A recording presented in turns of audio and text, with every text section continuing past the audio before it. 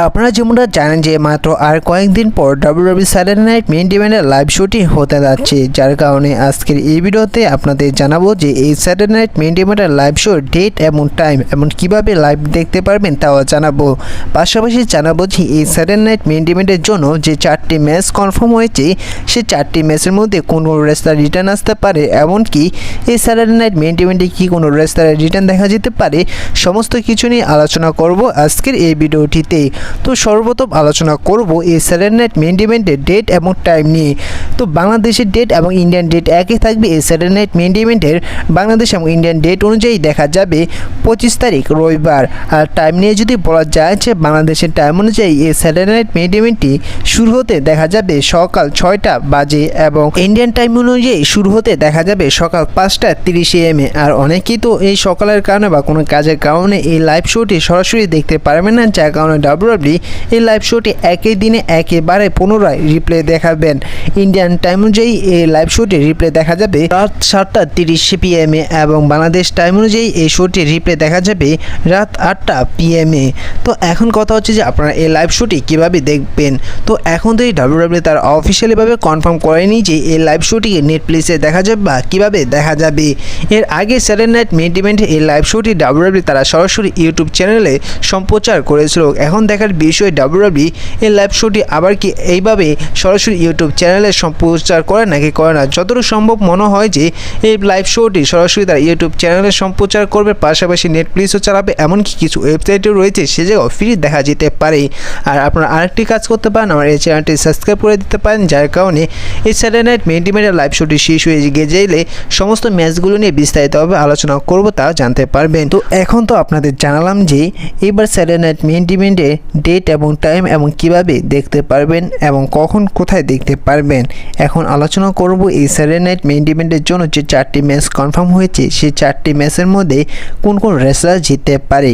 তো সর্বপ্রথম ম্যাচ নিয়ে আলোচনা করব। সেই ম্যাচটি হচ্ছে যে জে উসো ভার্সেস লোগান পলের মধ্যে ওয়ার্ল্ড হেভিওয়েট চ্যাম্পিয়নশিপের ম্যাচ। দেখুন এই পর্যন্ত স্যাটারডে নাইট মেইন ইভেন্টে যে কয়টি টাইটেল ডিফেন্স করা হয়েছে কোনো টাইটেল কিন্তু চেঞ্জ হতে দেখা যায়নি। আর বরাবর যে কয়টি লাইভ শো টাইটেল ডিফেন্ড হতে দেখা যায় সে জায়গায় কোনো টাইটেল চেঞ্জ হতে দেখা যায় না।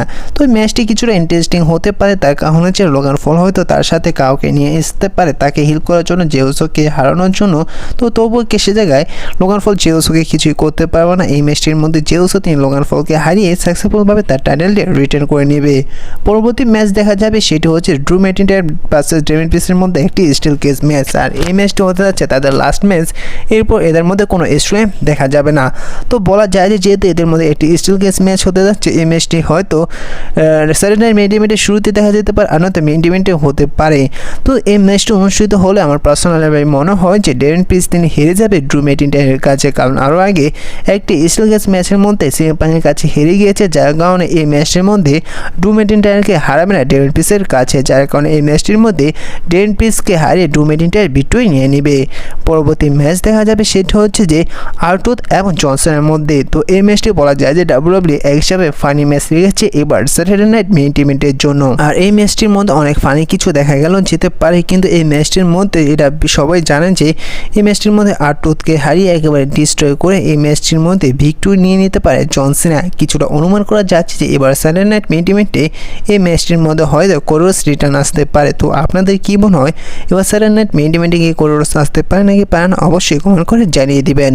এবার লাস্ট ম্যাচ নিয়ে আলোচনা করা যাক। সেটি হচ্ছে যে একটি ট্যাগ টিম ম্যাচ। সেই ম্যাচটি হচ্ছে যে Bron Breakker Seth Rollins versus CM Punk Sami জাইনের মধ্যে। আর বলা যায় যে এই ম্যাচটি অনেক ইন্টারেস্টিং হতে চলেছে। আর পার্সোনালিভাবে এই ম্যাচটির মধ্যে আমার অনেক ইন্টারেস্ট দেখা যাচ্ছে, কারণ এই ম্যাচটির মধ্যে অনেক কিছু দেখা গেল যেতে পারে।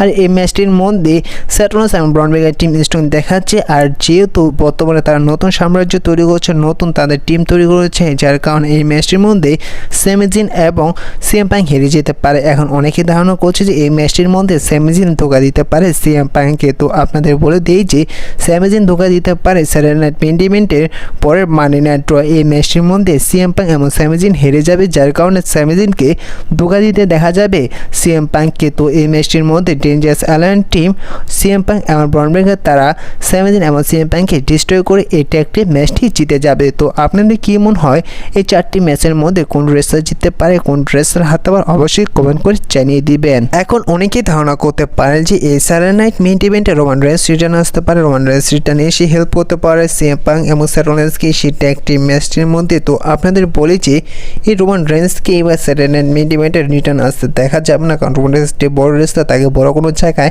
WWE return আনাবেন। এমনকি অনেকে ধারণা করছে যে লোগান পল এবং যে ওসোর যে ম্যাচটি হতে যাচ্ছে সে জায়গায় সিএম পাঙ্ককে এবং ব্রন ব্রেকারকে দেখা যেতে পারে যে ওসোকে ডিস্ট্রয় করার জন্য, লোগান পলকে হেল্প করার জন্য। তো এমন কোনো কিছুই দেখা যাবে না এবার স্যাটারডে নাইট মেইন ইভেন্টে।